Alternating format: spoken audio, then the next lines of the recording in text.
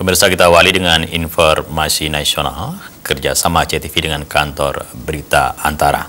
Saudara, sebanyak 222 orang narapidana di Lembaga Pemasyarakatan Lapas Kelas 2A Palu menerima asimilasi rumah selama pandemi COVID-19.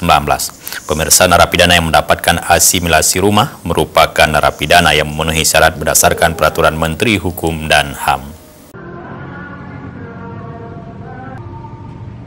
Sepanjang pandemi COVID-19, sebanyak 222 orang narapidana di Lembaga Pemasyarakatan Kelas 2A Palu menerima program asimilasi.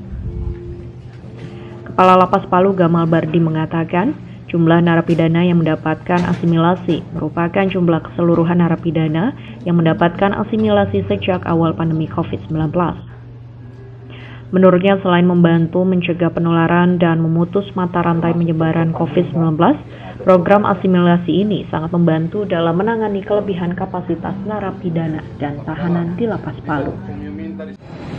Yang 2/3 masa pidananya di bawah 31 Desember dan ada perkara-perkara yang bersifat pidana umum, kemudian korupsi tidak masuk, kemudian narkoba yang 5 tahun ke atas tidak masuk. Jumlah asimilasi rumah ini 44 orang. Berdasarkan data Kemenkumham Sulawesi Tengah, hampir semua dari 12 jumlah rutan dan lapas saat ini melebihi kapasitas.